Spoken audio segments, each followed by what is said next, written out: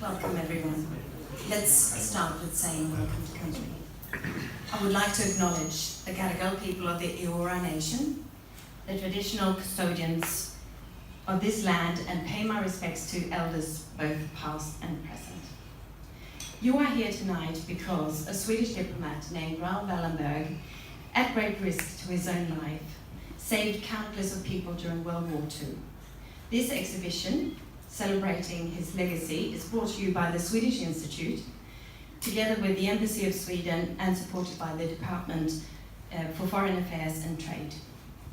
We are very grateful to Waverley Library for facilitating the exhibition, as well as all the special events in this conjunction. I would also like to thank the sponsors for tonight's special event, without whom this evening would not be as tasty. First of all, Swedish Australian Chamber of Commerce, represented by Camilla Jennings. Swedish School in Sydney, represented by Madeleine Hawkins. Swedish Women in Sydney, represented by Helene Lindholm. Nordlingarna, represented by Anders Mangen. Svenska klubben, represented by Birger Ljunghus. And Swedes in Sydney, represented by Johan Hedström. Now, these groups are essential to the Swedish community, and they often work in collaboration with each other. Nevertheless, tonight is the first time that they have all rallied together to support a cause which resonates deeply with them all, supporting human rights. It is my absolute pleasure to hand over to tonight's moderator, Annika Flensburg, formerly at the Swedish Institute and Swedish Ministry of Foreign Affairs, and with a background in human rights. Annika. As you mentioned, the exhibition about Raoul Wallenberg that we're very happy to have here, one of the purposes is that we must never forget, and we must never let it happen again. And Raoul Wallenberg is a reminder that we constantly need to stand up against racism, and his deeds is also a reminder that every person can make a difference. And of course it's important to acknowledge what he did and remember what he did, but it was also important to see what does his legacy mean today in our context. What do we learn from his experiences? And that's what we're going to discuss today. And I'm really excited, and we're so happy to have this extraordinary panel with us here tonight. And I'm going to make a short presentation, and then we'll start the discussion, and then we'll open up for questions in the end. So you get your chance as well. And first, starting here, is Dr. Mundhir Al-Muderis, and you fled Iraq as a young doctor when you refused to obey orders under Saddam Hussein's regime. You came to Australia, you were put in detention center, stripped your name and reduced to a number, and then when you came out, you become today one of the leading surgeons in Australia and helping amputees to walk again. And people around the world are coming to see you and learn from your technique that you're inspired by Terminator, if I understood it. That's right. And you also just published a book called Coming Back. So I'll just, and so we're very honored to have. And then we have Craig Foster, former Socceroo, and SBS broadcaster, and also member of the Multicultural Council of Australia and Amnesty International ambassador, and now known also for your tirelessly effort to get Australian footballer Hakim Al-Arabi free from Thailand, where he was threatened to be extradited to Bahrain.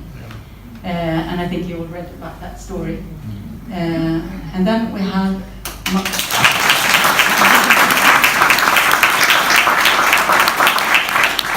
think I'm in the wrong room. I'm supposed to be a puppet, yeah.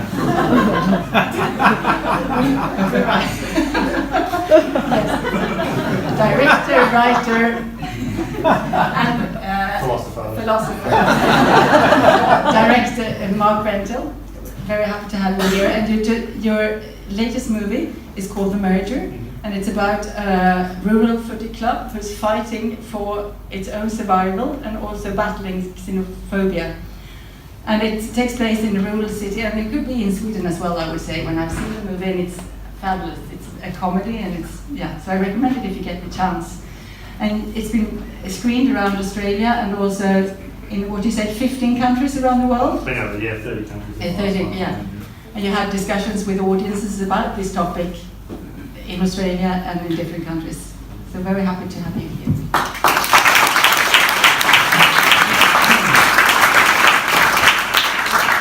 And last but not least, we're women here. It's Renata Kaller, AP.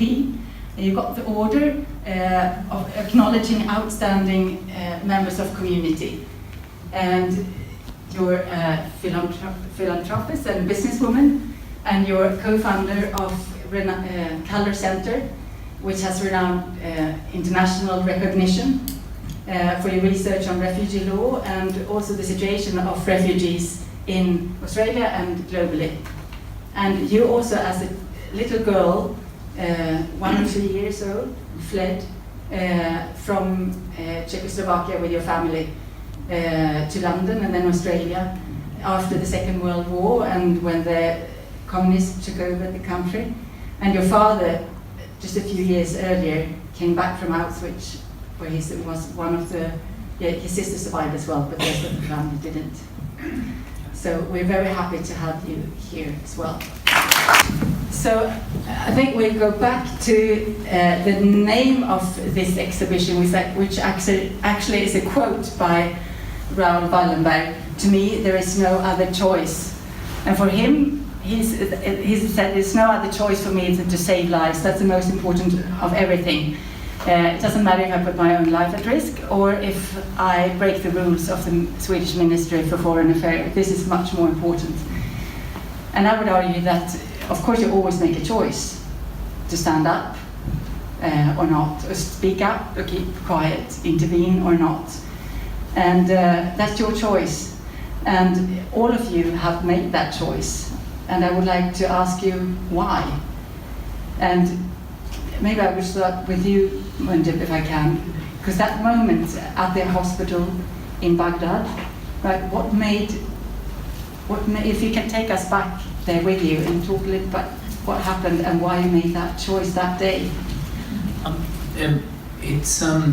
It takes us back to the basic instincts and to just the simplest fundamental things that we grow up on, and basically even if you look at animals, they would help each other if they get a chance. So it's not and human beings supposedly to be a higher kind of creation. So at one day I was very comfortable in Baghdad in Iraq. I never wanted to leave the country, and my life was normal, as normal can be under the Saddam Hussein's regime. And all of a sudden I was at the university hospital at my work and was confronted with 3 busloads of army deserters, were escorted by Republican guards and Baath Party members, and they ordered us to abandon the elective list and start mutilating these army deserters by cutting their ears off. The first thing that happened is that the head of the department refused openly, and he said, "This is against the Hippocratic Oath, do no harm, I can't do this crime." So they dragged him outside and they put a bullet in his head, and then they took to the rest of us. So, I mean, I did have a choice, but it's not really a choice. Should I obey the commands and live with guilt for the rest of my life? Should I disobey and end up being killed? Or should I run away? And I decided to escape, and from there onward my journey started toward Australia, not knowing that I'm going to go to Australia. And every day in life we face choices, and we have to make decisions, and most of the human beings would choose to do the right thing.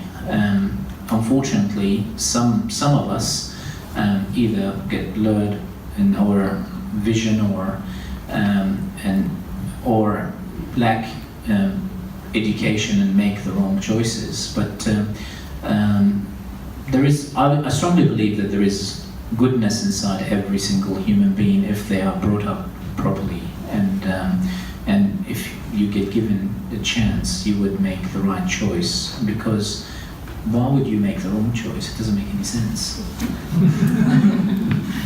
No, that's interesting and as well, because we can continue that later maybe on. I would like also but also to say to you, Renata, because I know that you said also that if good people stay silent, bad things will happen. And I think also that often there is a group of people who stay silent but feel inside that it's wrong, but they don't speak up. And Yes, I think that's right, and I think that's probably, I mean, frankly, I hadn't even heard about detention centres until the Tampa. The Tampa, as far as I was concerned, was the turning point. And I suppose it goes back to the fact that my father was Jewish, and I kept thinking, this boat is out there. It was very much like the St. Louis, which left, if people don't know about this, St. Louis was a boat that left with German Jewish people and tried to find asylum first in Cuba, and they were refused. Then they tried to find asylum, tried to land in the States, and they were refused. And the boat eventually went back to Germany, and more than half of those people ended up in concentration camps and died. So when Tampa happened, and it was sitting outside the Heads, and our government wouldn't allow it to land, and that was one of the rights of the sea. If you find a boat on the land, on the sea, you must help those people that are stranded. And the boat, the Tampa, came and picked them up, and perhaps supposed to have brought them to its closest departure point, alighting point, which was Australia. And John Howard said, no, you can't come, you have to stay out there. So for 10 days, this very, very brave Swedish captain fought really with the Australian government, and eventually that boat was allowed to land. But to my mind, I could visualise what it must be like for those people, as it must have been for the Jews in the St. Louis, to be left out waiting to make sure and not be allowed to come in because they were refugees. They were coming from countries that we were actually at war with. These were not people that were enemies of ours. These were people that were actually on our side. The people that stayed in those countries a lot of them were IS fighters, but the people that were running away were coming to us. We were in there fighting the people that these people were running away from. And that an Australian government who had accepted so many refugees and so many people could have turned their back on this was, to my mind, absolutely disgraceful. And of course, I'm not older than anybody on this panel, but I do remember the time when Malcolm Fraser, when we had a similar situation in the Vietnam War, and 75,000 Vietnamese people were welcomed to our shore. So the fact that these people, Tampa people, were not allowed to come on board, it awoke in me an anger, and I couldn't keep quiet. You know, it also relates back to when my father was in concentration camp. I remember him saying to me once, a lot of people knew what was going on here and nobody spoke up for us. So when this happened, I don't think I had a choice, to be honest. So that's my long story. And also, I was thinking of you, Craig, when you did. Why did you choose to act with Hakim with the case? How come you did what you did? Well, look, firstly, thank you for the invitation to be here and to be here with incredibly eminent people who've done amazing things in their lives. I think this one was pretty straightforward, really. It was nice that Hakim timed it in such a manner that allows me to be here and talk about it, because I'd already said I would be here. At least I have something now to talk about, because prior to that I was an ambassador, and quite frankly, I sit here and a little bit embarrassed because I've been embedded in sport for a very long time and working with refugee children and Indigenous rights, and particularly with Indigenous children. And trying to do what I can for better life outcomes for them and so on. But what the Hakim case actually demonstrated to me, in some ways sadly, was that we're all capable of so much more. And whilst Howard did what he did with the Tampa, and that that captain in many ways was, had a choice to make, like Dr. Mujed here, and made the right choice. Australia has allowed this to occur, and I'm Australian and I have sat here through this, and whilst I have said things, I haven't said enough. And I think many of us, one of the reasons, to answer your question, that I stepped forward and put my life on hold to try and save Hakeem is because I'm obligated. He's a part of my community as every refugee on Manus and Nauru, and because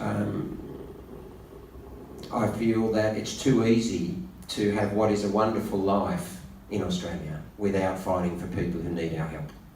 As an ex-captain of the country and having a wonderful life over here in Randwick and 3 extraordinary children, and going to World Cups every 4 years and sitting on air and having a wonderful life covering the world game, but at the same time believing very passionately that Australia needs us as a game, because we are the game that understands the world.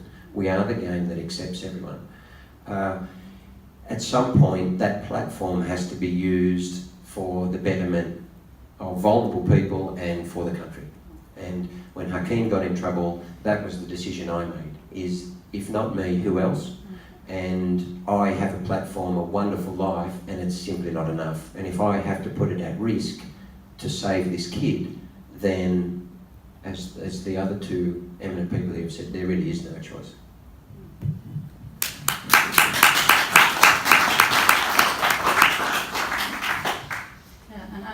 Interesting to know also you, Mark, what made you choose to make this film, The Merger? Maybe to talk just a little what it is about, but Yeah, sure. how come you make this film? I think it comes, sometimes in life things come to you at times, and you've got to be open and receptive to knowing that that's that moment that you're in. For me, it was in a couple of parts. One, The Merger is it's a film about the fictitious town of Bodgy Creek, a small regional community that's struggling to field a local football team. The captain coach comes up with an idea that what if they recruited players from a nearby refugee centre and taught them to play AFL football, and instead of rejecting those in that community, accepting them and learning about each other's differences. It's a comedy, but it's got an incredibly powerful heart that seems to have resonated now throughout the country and around the world. And it was originally devised as a stage show by Damien Cullinan as a one-man show, where he performed all the characters, and it was funded by Regional Arts Victoria, and the only dictation was, we want a story that addresses racism in regional areas. And this is where the idea sprung from. I grew up in a small town of 700 people, in a regional town that I guess somewhat inadvertently and culturally had a racist core about it. But I also became a primary school teacher, and I taught kindergarten, and I never met a racist 5-year-old in all my time of teaching. So I realised, the human isn't racist, it's the culture, it's the attitude, it's the world in which they're brought up and the way they're taught to believe. So I saw that as a young person growing up, and then I made my first film, and whilst I was in between making films to earn money, because newsflash, filmmaking doesn't pay very well, I worked as a youth worker, and one of those jobs was supporting young people who came over here as refugees, who come on their own with no family. So they were literally put on a boat, sent over here. When they come here, the government processes them out of a detention centre, and then they're placed in the local community. So my job was to work one-on-one with these kids and support them in their transition, their court cases, their appearances, and just to help them with their homework or drop them to and from school. And one day I was having lunch, and this young boy who was 8 told me this harrowing story about how he came over with his parents, his parents said, "You're the oldest boy, this is all the money we have, you have to get on this boat and you have to go and start a new life," because his school had got bombed the day before, and the windows had imploded. And then as he came here, the boat was so overladen it sunk, and multiple people died, and he had to cling to the lifeless body of a young girl floating in the water. And he did this while he cooked me lunch as an 8-year-old. And it was so humbling and so amazing. And then perhaps through fate, or whatever you want to call it, within 2 days later, I watched Damien perform the stage show at the Brisbane Comedy Festival. And I saw this show that was making people laugh out loud and then cry. And I was like, well, that's rare. And this is a story that connects. And I think, so I went up to Damien after that show, and I'd cast him in my first film, and I said, I think I'm going to make a film about that with you. And he said, oh yeah, great. And then 5 years later, we managed to write the script, produce it, make it. We shot it in my hometown. Literally, the primary school I was taught in as a kid, I shot scenes in as a young boy, back as an older man in that community. So I think I was just open to those opportunities, and that young boy, that young refugee who told me those stories, just inspired me to push through all the boundaries and the barriers, not as great as what many other people have been through, to continue to tell that story and share it in order to sort of shed some positivity on a very dark story that I think is always presented from a negative place. And what we found with the film is that when people can laugh about the issue and see themselves in that story, and then they can boil down to a football club that represents a big issue, it became digestible. So I think it was that young boy's story, and then 35 previous years of experience in life that connected at that moment that made me want to give voice to that story. Yeah, because I think the film is also about, I mean, moral courage in everyday life and what you do in your life. And I think that hearing your stories can be also quite overwhelming, and I can think like I could never do that, or I would never dare to do that. But it is the everyday choices, I think, that is important as well, and what you said, that you have goodness inside of you. And do you believe that, I mean, it's more, because I was thinking of that and discussing that with a friend earlier today, what makes, as you described it, is it just something that comes from within to make these choices, or is it something before it gets to the brain and you start to calculate the risks and then you maybe don't do it, or where does it come? Is it? I think it's very important to know that, I mean, as you correctly said, that I haven't ever seen a 5-year-old racist, and that's so true, because human beings are all born equal, and that's the first charter of the Human Rights Declaration, of the Declaration of Human Rights. You know, it was written in 1948, and I think many elements affect how we grow up, and the environmental factors, family, interaction with parents, interaction with peer and siblings, and then the biggest influence that come is education.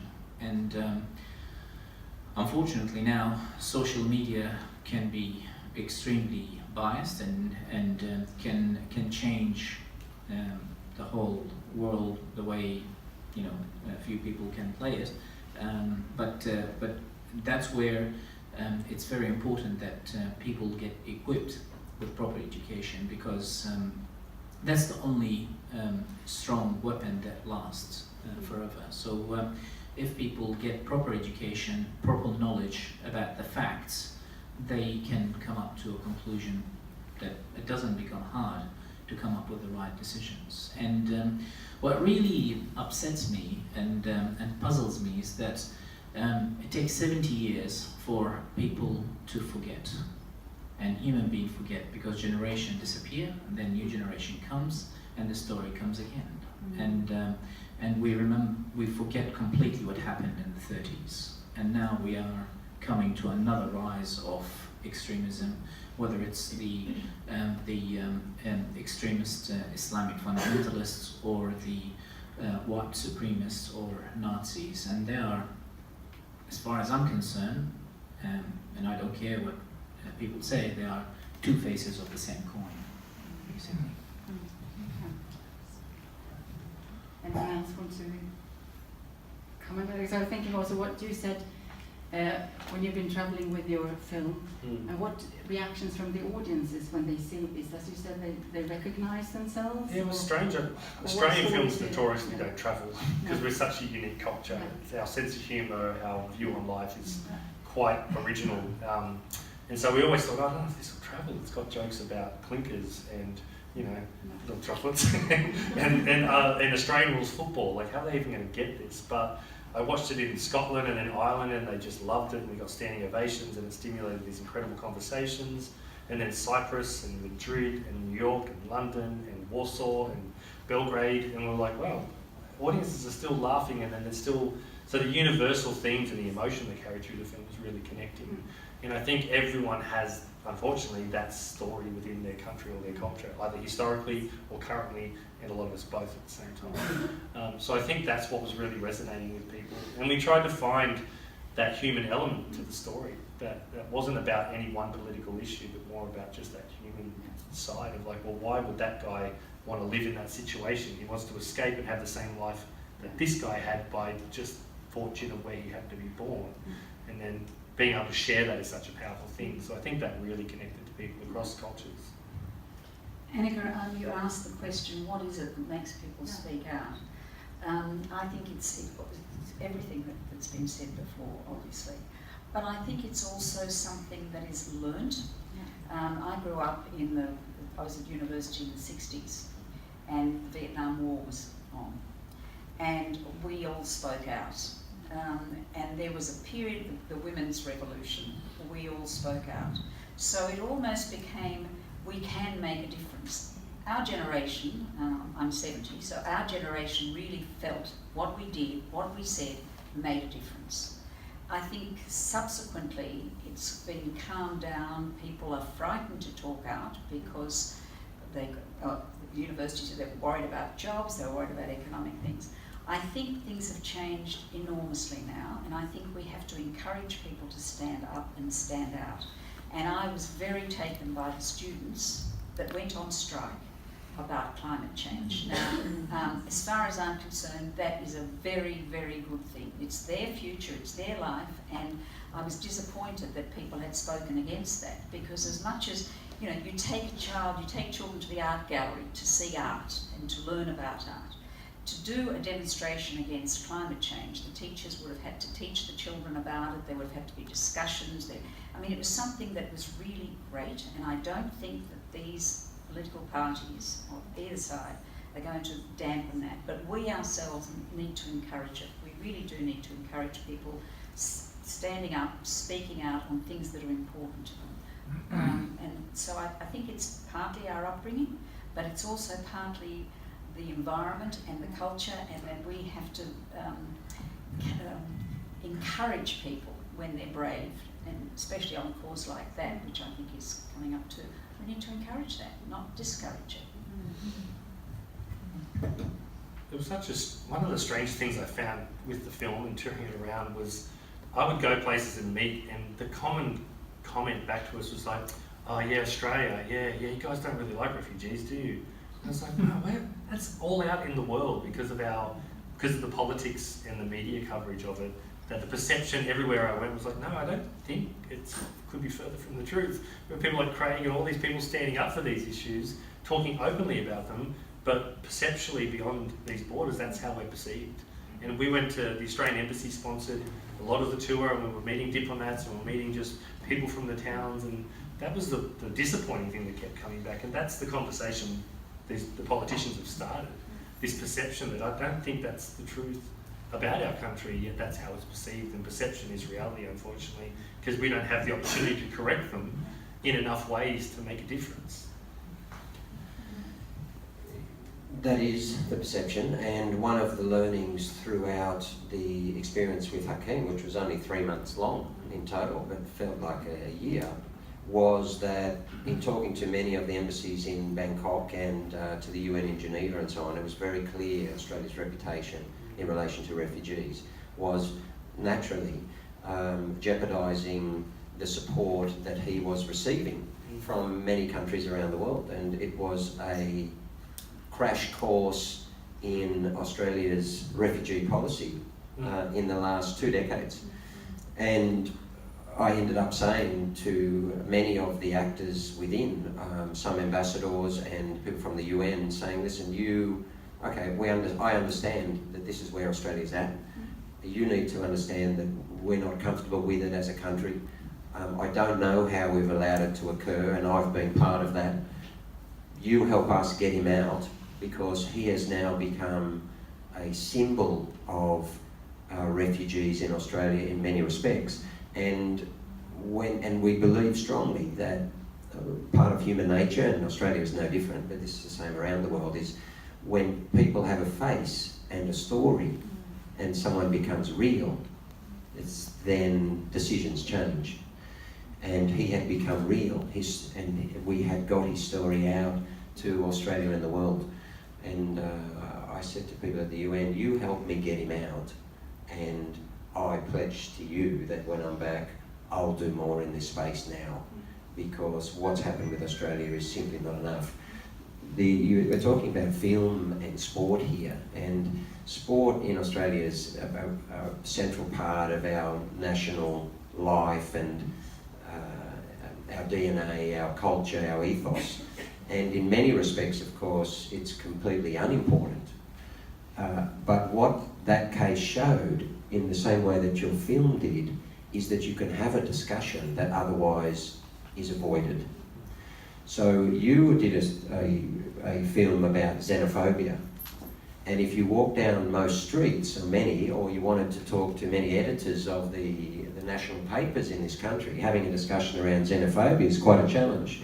But you've had a discussion through film. We had a discussion through sport. And my view is that sport doesn't do enough in this space, and I'm committed after Hakeem to make sure that we do. Sport is federally funded to a very large degree in Australia. It has a very strong, deep social obligation, and it has lost its soul in that respect. Sport has become all about money. It's become all about the social constructs that go around. You say that every human being is a caring person at heart, and I believe that. But what society does is put a whole construct around to keep people quiet and keep people on course so they don't speak out. Sport has become like that.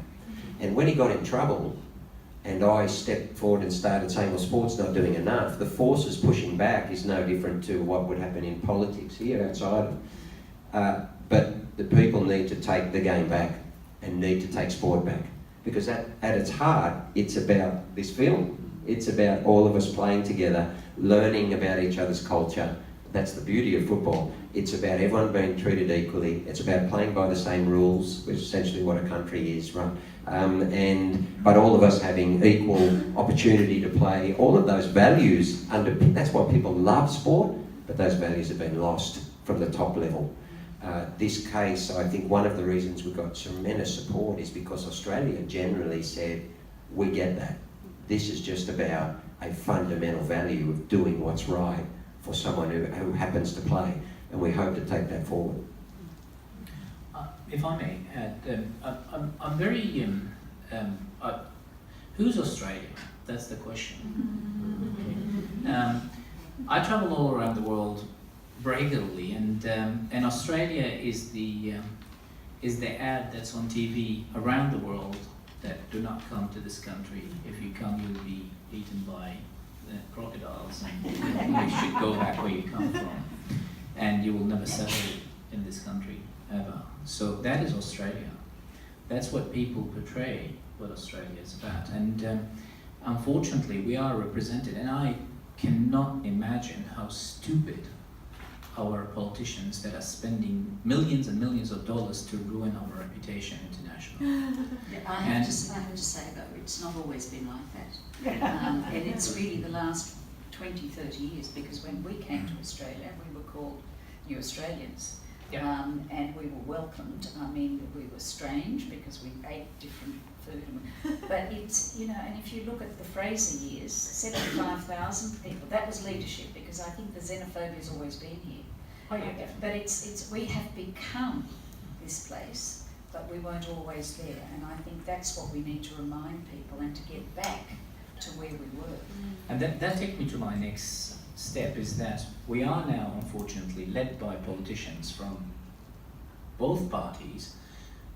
One party is completely lost and scared, and the other party is completely right-wing radical and trying to take us to the dark ages. So we need to take Australia back, and that's our job, all of us. Mm-hmm. And I think we should choose who represent us. And unfortunately, we are much better than the ad that's spread all around the world. And I totally agree with you. I mean, the Fraser years. I mean, we are the ones who broke down the apartheid. That's right. And so we do have a very bright history. and we don't want to go back to the days where we created the apartheid as well. Yeah, it's a very, because I think, as you said, Renata, it's not always been like that. And I think we see the trend not only in Australia but in other countries as well. And I think this, with the message from the exhibition that it must never happen again, and we must always remember, and that the realization of that made countries come together in the, as you said, to found the United Nations, and to have this and to sign the human rights treaties and the Geneva Convention, the humanitarian law, to minimize the risk of war to happen, and also for not to people to make these kind of atrocities. The realization that we can do really bad things towards each other. And now I hear around the world that these standards are questioned. As you said, they're not things that not extradite someone to torture was absolutely no-go, and now it's not really anymore, is the feeling. And this is like a slippery slope. I don't know if you agree with me. And then the question is, could we be there again? Could it happen again if we don't say no? Because I know in Sweden also it's changing, and you can say whatever. I mean, you can have different political views, but the fact is that it is changing as well. So what do you agree, and how do you? It takes leadership. You've only got to look at the New Zealand Prime Minister in the last couple of weeks, and it's like, I mean, she did remarkable things, but she did really quite simple, humane things, and yet you would feel like she represented that whole country. And my business partner's a Kiwi as well, he's a Maori, and he just thought she represented everything he grew up with, and all those values like Greg's talking about. And yet it was almost laughable that any of us would expect that from our leaders. That in the same situation, would they actually stand up and do that, or would it be used for political gain? And unfortunately, we all would probably think it's the other way. I think the problem is that the majority of people in Australia are actually better than their leaders. Yes, yeah. And that's why that didn't match when I was hearing our reputation outside. I was like, I don't know those people. That doesn't feel like the right thing. So the message is incorrect. The representation is incorrect. And I thought that Yes, but you have got, I mean, there is a group of people now. If you look at what happened in Wentworth, I mean, that wasn't just to do with Turnbull, that was to do with releasing children. And it was also, if you remember, we had let them stay when they had the baby who came from Manus or Nauru, and she went to the hospital in Queensland, and there was a huge campaign. I mean, I do think people power is, it's coming from the right, but we also have to stand up and take responsibility for it. I think, you know, to say, well, we need better leaders, yes, we do, absolutely. But we didn't have good leaders also in the Vietnam days, and they were forced by people power to change. And I'm hoping that this election that's coming up, that there will be people power, and that we will take back what we've lost. I mean, because there's not a messiah, but there are people who should not be afraid to speak up, and who aren't. And there are a lot of people. I mean, we represent some, but there are so many unsung heroes out there in detention camps, and I mean, there's the whole refugee area is full of very good, decent people who are doing a lot of things. I'm hopeful. We cannot give up hope. I'm hopeful. I think you just got to get out of that slacktivism, out of just liking something and sharing a post and thinking that's going to be the difference. You actually have to get together and actually make those differences, tell those stories. Equally, social media is really challenging in a lot of ways, and you know, we don't have to list all of them now, but it also could be very powerful and played a huge role in getting this kid out of jail. And it was really extraordinary that we were able to reach around the world 24 hours a day at any time, and reach to people who you would otherwise never be capable of doing, and mobilise a people army of people, both in Australia and globally, in a very short space of time, and simply by appealing to the humanity of people. You asked the question there, what is Australia? My answer is it's SBS. And I've had the pleasure of working there 16, 17 years. Now I came out of a wonderful country area up in northern New South Wales, which when I grew up was very monocultural, and I went into the game of football, and which I know your family, Renata, had been deeply embedded in here with Prague and so on. And my first club at 17 years of age was Sine Croatia. Yes. And to go into that area, that was an entree into SBS. SBS actually represents Australia. So in speaking around the country, I often say to people, not necessarily, well yes, equally in this room, and so just have a look around. That's Australia, but it's not reflected either in Parliament or it's certainly not reflected through the media. And SBS was a very brave and visionary statement of the Australian government in the early 80s, and it's had an immense effect. I would be concerned to see where Australia would be without it. Really, Australia would be in a wonderful place if SBS was the biggest network in the country. Because we can have that discussion every day, and it's just a very simple.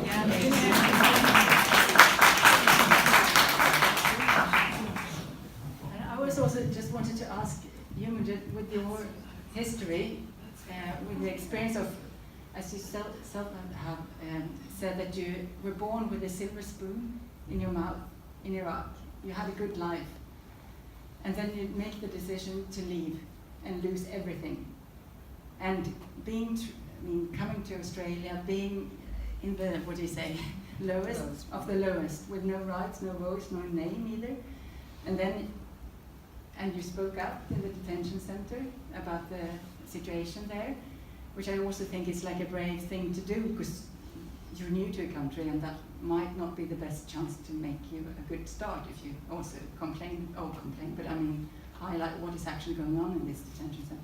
And then you came out and you're now this leading surgeon and are up again, or what do you say? You made the circle, but the wheel that you did, but also like you could, instead of sitting here, you could also be really bitter, frustrated, angry about how you were, of the injustices that you were, that you met, but you handled that in a way, in a constructive way. It seems like anyway.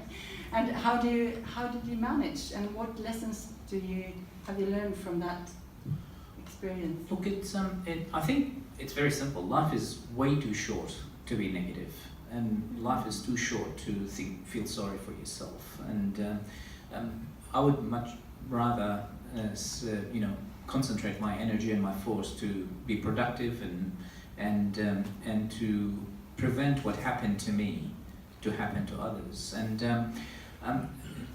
don't get me wrong. At some stage, when I talk about the Wheel of Fortune, and I was on top of the wheel, and then I went to the bottom of the wheel, and I was in a box at some stage for 40 days. I was in solitary confinement detention center. My number was lost miraculously in the system. I didn't have a bigger representation, and there was a dark tunnel with no light at the end. But then things change because things has to move, and then I was released, and I started from the beginning again. And look, we face experiences in life that make us who we are, and believe me, at some stage, when I got out and then started working, I wanted to forget about all the past, and I wanted to just start my life and move on with my life, and not tell anyone about my past, and just be selfish and care about myself, and start a family again. And then another experience I faced that changed me, basically. And it's funny enough, ironically, it's the day that I entered the training program in orthopedic surgery, which is the most prestigious training program, and one of the most prestigious programs in medicine in Australia. And I had two of my peer that came to my face, said it to me, to each other loudly, that isn't it a shame that the Australian orthopedic training standard has dropped so low to allow a refugee to be one of us. And that was the turning point in my life, and I said, well, okay, now I'm wrong, you know, and I have to make a difference, and you know, I got rid of that selfishness inside me completely, and I devoted my life toward making a difference, and I don't feel, you know, angry about these guys, but one way I really thank them that made me who I am, basically. And again, another lesson I learned from a simple officer who I met for once in Christmas Island, where we were. I was asked to help the federal police to intercept another boat, and this guy saw me for the first time and the last time, and I wish I would see him again once to thank him. And he just looked at me as another human being, and he said, "When was the last time you spoke to your family?" And I said, "Well, just before leaving Jakarta." So he said, "So your family don't know if you're alive or dead?" And I said, "No." So he said, "Sit on the ground, don't tell anyone what I'm gonna do now." I tell everybody now. And he pulled out, and he said, "I'm breaking the law and I'm putting my job on the line." He pulled out a satellite phone and he handed it over to me, and he said, "Darling, I'll call your family and tell them you're safe." Now this guy didn't have to do that, but he did it because he cared. And that's the problem, is that if we just care about each other, the world will be a much better place.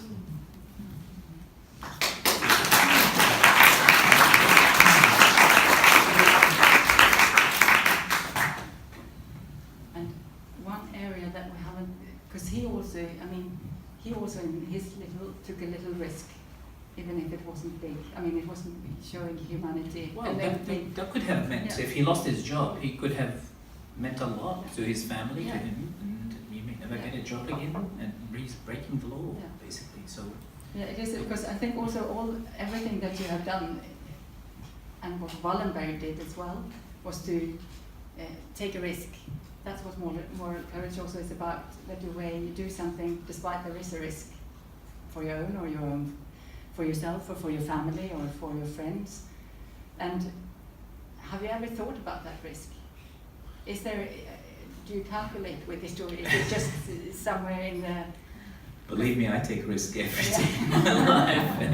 Okay, and you know what I do with osseointegration surgery, for example, is a huge risk, because I'm, you know, going beyond the expectation of the medical fraternity, especially that the medical fraternity in Australia is extremely conservative. They're all dinosaurs, and they should die at some stage. But anyway, and you know, someone that makes a difference is a really challenging. And you know, throughout our training, they tell us, you know, fly under the radar, don't ruffle any feathers, go by the book. Well, someone need to go outside the book and move on the wheel of innovation.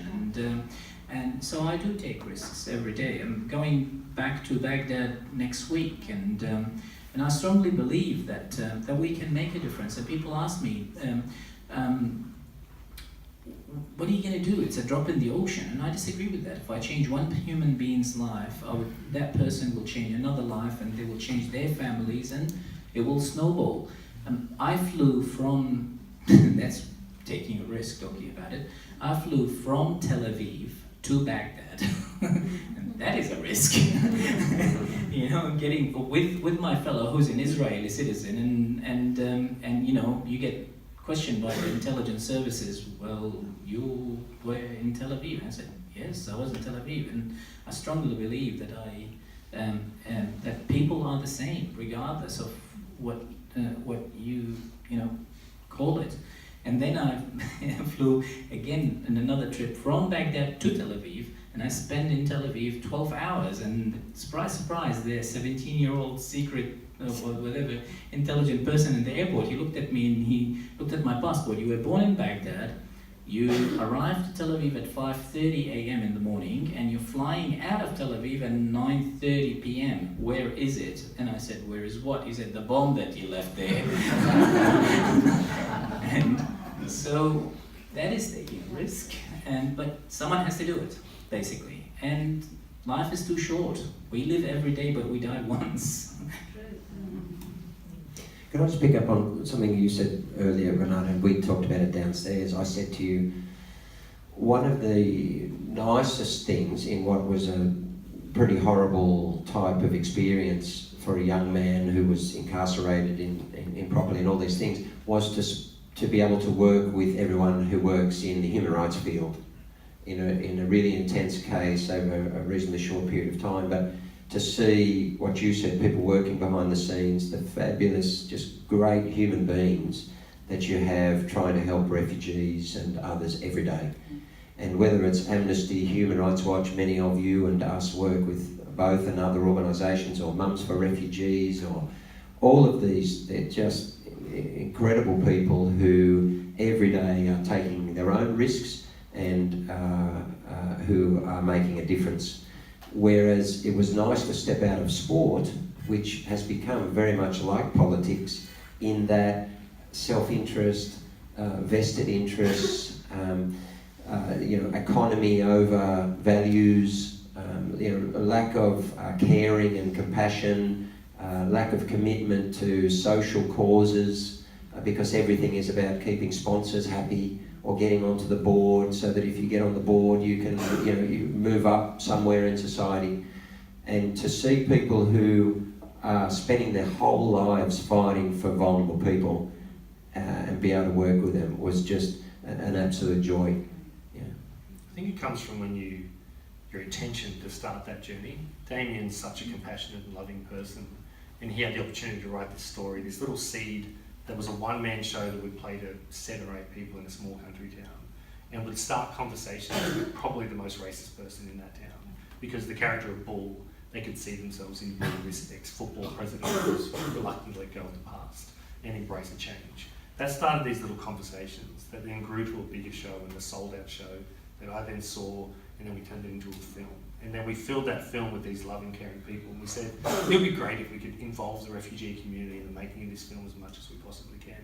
One of the young boys, when I was a kindergarten teacher, to bring it back to that, I taught this young boy when he was 5 years old, and he just moved to this country from Sierra Leone. And then, without even knowing it, I auditioned him 20 years later and cast him in the film. I didn't recognise him because it had been that long since I taught him, for 15-something years. And then cast him in this film. It was his first acting role because he went into acting school because of how I taught him when he was 5, which was not that good a teacher. But then Dave, and you talk, I think it comes from the individual. David Bridie's the composer on this film. David's this beautiful musician who's written Indigenous music in cultures and countries all around the world in secluded areas. He took a rough cut of the film into Manus Island and played it as part of the music program for a group of young people. And this one guy saw it. He makes his own instruments on the island. And he said, can I write some music for that? And David said, yeah, please. So he wrote it on a made instrument in Manus Island, sent it to David. And now there's a scene in the film where Saeed, the main character from Syria, is reunited with his wife and daughter in front of these big silos. And his music plays in that scene in the film. And I never thought in my life that when Damien started this journey 5 years before, that someone would directly record music in detention, in a refugee detention centre, that would end up in a film about refugees. And that just came from tiny individuals making choices and decisions along the way. And I told that story at a Q&A. So that guy can't get a visa because the Australian government won't process him. So David organised for the Canadian government to process him, but he needed $20,000. So I told that story at a screening in Perth as part of the Cinefest Film Festival. And this woman heard the story, came up to us afterwards and said, here's $10,000. Put that towards his visa. And we're almost raised the other $10,000 now to get that visa process to actually get him out. So that idea you mentioned, just helping one person, the idea that this film could then release someone from detention is absolutely incredible. But it just took a long time of hundreds of little individuals taking a risk and making a choice. I think it's also really important to celebrate those types of things that you've done and that you've done and that you've done. And those individuals. Yeah, the people we're talking about behind the scenes, or these incidents, or because in many respects, on many occasions, it does take some bravery. It does take quite a bit of risk, whether it's personal or professional. And that's where the media here has become a big issue for Australia. is because you talked before about what is the Australian culture or what is it, and if you go outside, people look and say, wow, you guys are really way off track here. Like, we used to think Australia was this, but you know, the way you're treating these people and putting them over there in detention camps, and you know, these people in detention onshore who are committing suicide, and you've got people setting themselves on light. I mean, you know, we used to come over there for holiday. Like, you know, we thought it was just an incredibly wonderful place, and it was and Australia is this magical place where all of these people went post Second World War and forged their own lives and became some of the most successful, renowned people in the world, but certainly in this country. Now we look at it and we just go, you know, how's that happen? But the way that it can happen is because people are being fed messages every day. The power of messaging is incredibly important and incredibly powerful. And I think at some point Australia is going to have to come to terms with much of our media don't represent us.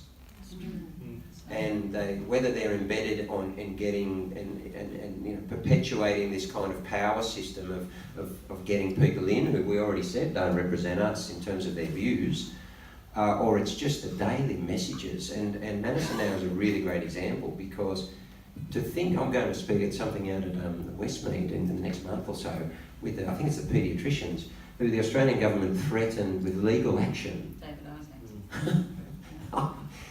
You know, I shouldn't laugh, but how can that possibly be Australia? But that's been sold to the Australian people, and someone has sold that message, and it's really there that we need to have a good look. And there's talk now about hate speech and free speech and all these things, and it's good that this debate has come out in Australian society now. And after what the heinous things that occurred in Christchurch, sometimes it takes awful things to actually have the right discussion. And Australia right now needs to talk about our national conversation in relation to a whole heap of things. But you know, one right at the centre is our treatment of refugees as though they are not human. And we can stop that tomorrow, provided enough of us are prepared to take enough personal and professional risk to make sure that it stops. Thank you. I think that would be no. I think because we're running out of time, right? Yes, so we need to have, so I think we'll open up for questions, and if anyone has a question, and I'll ask you to keep it short, to respect everyone's time, and the panelists' time as well. So, anyone?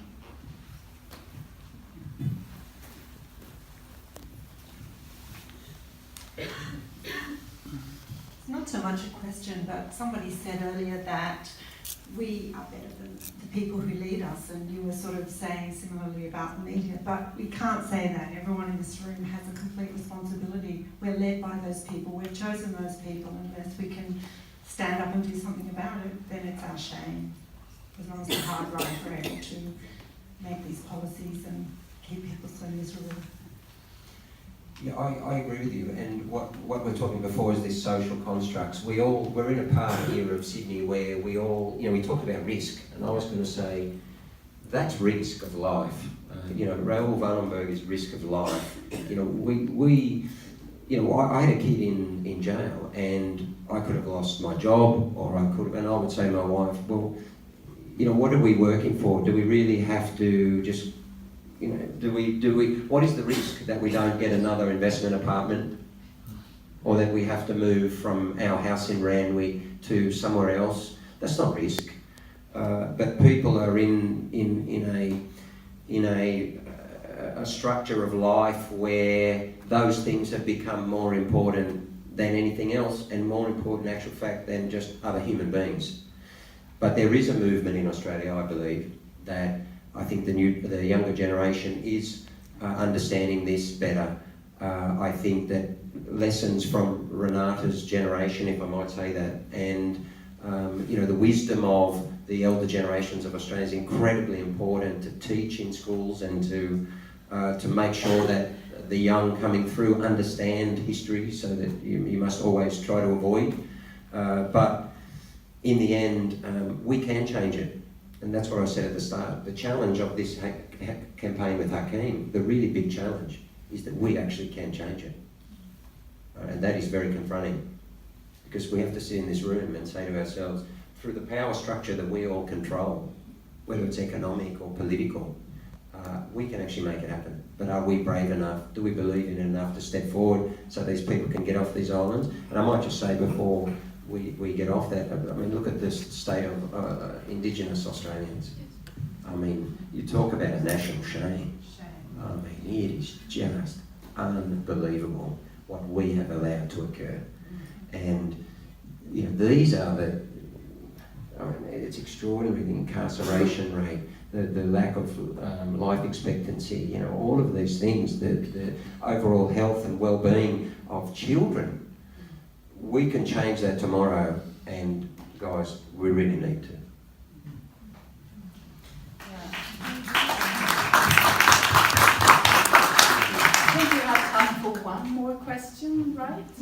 One last. Could I ask you the name of the doctor that was shot? That's all right. Ooh. So the name of the doctor? I can't remember his name actually. He was, I think, Hussein Haiti or something like that. But it's very interesting. I was a very junior doctor and met that particular guy maybe a couple of times only. And but you know, obviously he took a major stand that affected my life and the lives of so many others, basically. And he's just one example of many that that are there, out there, everywhere. Yeah. Just a little question. You're talking about we can stop this tomorrow, and it's so inspiring to hear all of you talk about how we can make a difference. But still, for me, I don't know if for other people, as we're just little people in our everyday lives, and I'm wondering, is it about a shift in mindset, shifting away from that us and them attitude, and how in practicality do we shift this? Us and them, what do you mean by that? The us and them attitude. Yeah, I don't think it's us and them. You'll be surprised. It's us, and inside every one of us there is this kind of feeling that we have. Human beings are traditionally tribal, okay, and whether we support certain football game or certain TV station or we are by nature tribal. It's just the way we need to change is the way we look at the other tribe, and that's the thing. It's not, there is no such thing called us and them. We all the same, and we all have. We all come from different ethnicities, different backgrounds, and we all proud about what we believe in and what our heritage is. It's just the way we act about it toward each other. It's about caring about each other. So I think it's the whole solution is very simple. Is by engagement, education, and caring. That's all. Rather than we nominate something like us and them. And it really disheartened me when I see people like that in the media, for example, Pauline Hanson, she has a voice, she has a view, whether we like it or not. It need to be heard and need to be argued and need to be discussed and need to be analysed based on its own merits. That's the only way you can reach a solution where everybody will be happy, and maybe she will change her mind because she may be not enlightened about certain things that other people are enlightened about. And maybe we learn from her about what's the fear inside about the unknown or these. And funny enough, I think I gave a bad example because she keeps changing. One day is the Chinese, now it's the Muslims, and she keeps moving around. So. You were going to say something? I was just going to say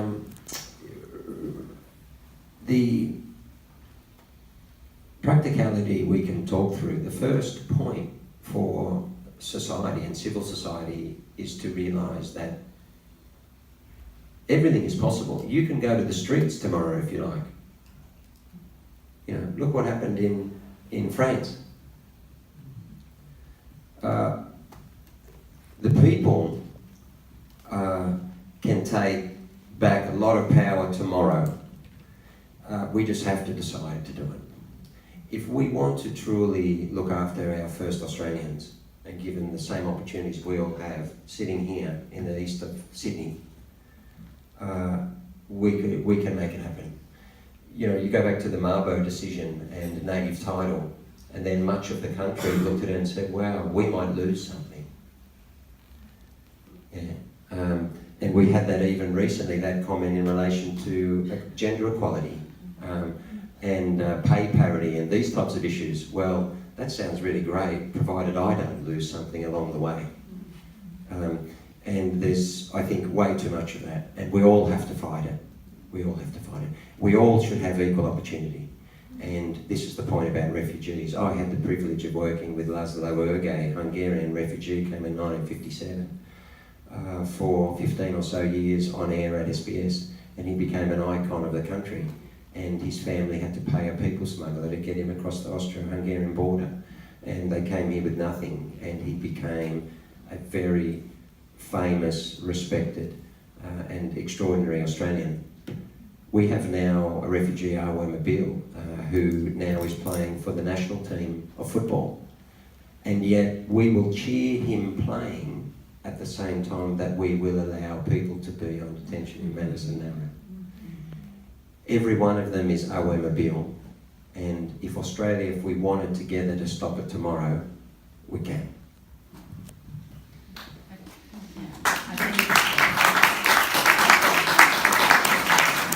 We've already run over time, so I think we have to change, but I think that it is change. We have to stop it. No, but with the message that all of us have the power to change. And I think that's a really empowering feeling. It's a bit scary because it comes with a responsibility, but also empowering that you actually have that ability within you. So, and so I just want to thank you very much for I don't know how we can do this. Thank you. This is a book about Raoul Wallenberg, written by Ingrid Carlberg.